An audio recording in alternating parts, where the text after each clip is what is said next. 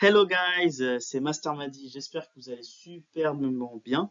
Aujourd'hui, on se retrouve pour une nouvelle vidéo, donc on va aborder une nouvelle notion, à savoir l'expression du but. Donc avant de continuer la vidéo, n'hésitez pas à vous abonner à ma chaîne YouTube, à activer la cloche de notification, à mettre un pouce bleu si vous aimez la vidéo et également à m'ajouter sur mes réseaux sociaux, Snapchat, TikTok, YouTube, ainsi que Instagram, Master Madi. C'est parti, commençons la vidéo. Alors, l'expression du but, donc quand vous avez des phrases interrogatives qui ont une tournure comme why, what for, why do you do that, why do you take this box for. Donc là, vous avez ici des tournures de phrases qui font penser à vouloir comprendre le but de quelque chose en fait. Donc là, quand on vous dit why ou what for, c'est pour essayer de comprendre votre objectif, votre but. Donc pour répondre à ce genre de questions, l'idée, eh bien, c'est d'exprimer votre but à travers plusieurs expressions. Donc là, je vais vous en montrer une. Donc on peut utiliser to plus le verbe, in order to plus le verbe ou so has plus un verbe.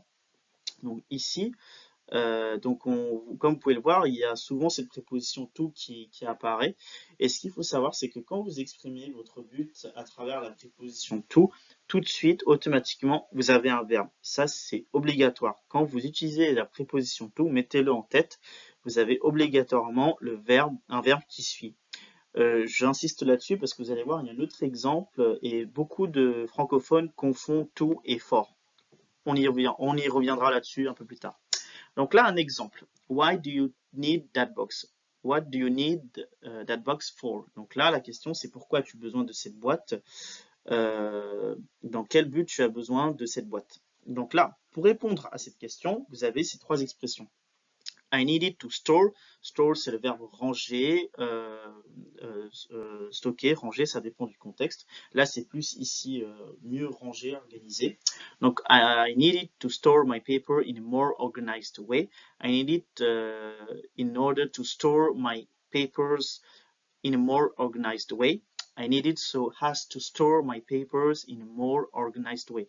Donc, vous voyez ici, vous pouvez exprimer votre but par rapport à une tâche à travers ces trois expressions. To plus verbe, in order to plus le verbe, so as plus le verbe. So as to plus le verbe, pardon. Donc ici, c'est la traduction de ces expressions, c'est pour faire quelque chose, donc afin de faire quelque chose. Donc voilà. Ensuite, vous avez également l'autre préposition for, ici, qui exprime également un but. For est une préposition, donc il est soit suivi d'un nom, d'un groupe nominal, ou d'un gérondif. C'est très important de comprendre cette petite subtilité. To, toujours suivi d'un verbe. For, toujours suivi d'un nom, d'un groupe nominal ou d'un gérondif. Ici un exemple, même exemple. Why do you need that box? Why do you need that box for? I need it for my papers. J'en ai besoin pour mes papiers. I need it for storing my papers. Vous voyez le verbe store, on l'a mis au gérondif. Storing my papers. Vous voyez, j'en ai besoin pour ranger mes papiers. Donc voilà. Ensuite, donc une autre expression pour exprimer un but. Donc vous avez so that qui signifie afin de, pour que, ainsi.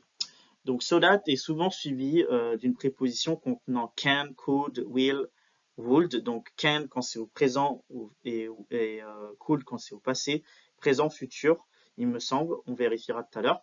Et will, c'est pareil quand il s'agit d'exprimer un but.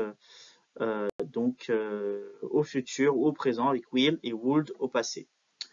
Mais so that peut être également suivi d'un verbe au présent. Donc on va voir à travers ces exemples. I need that box so that I can store my paper. J'ai besoin de cette boîte afin que je puisse ranger mes papiers. I needed that box so that I could store my paper. Donc, vous voyez, can ici, c'est pour utiliser au présent. I need it, donc need it, le verbe need conjugué au passé. Donc là, on est au prétérit, verbe régulier, il y a ed à la fin. Need, que je vous rappelle, c'est un verbe de perception, un verbe d'état. Avoir besoin. Le verbe avoir besoin, ça veut dire need en anglais.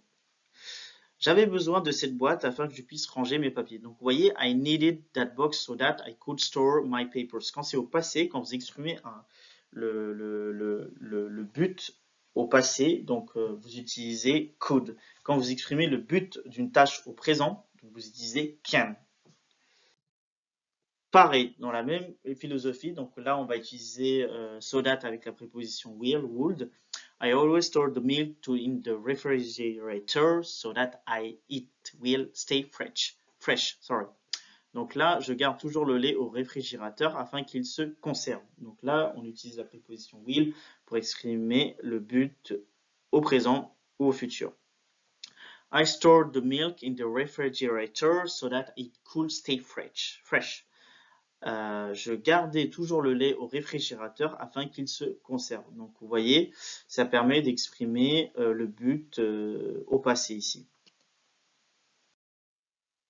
Voilà, donc j'espère que vous avez aimé cette vidéo. Si vous avez des questions, n'hésitez pas à me mettre en commentaire, je serai ravi de vous y répondre.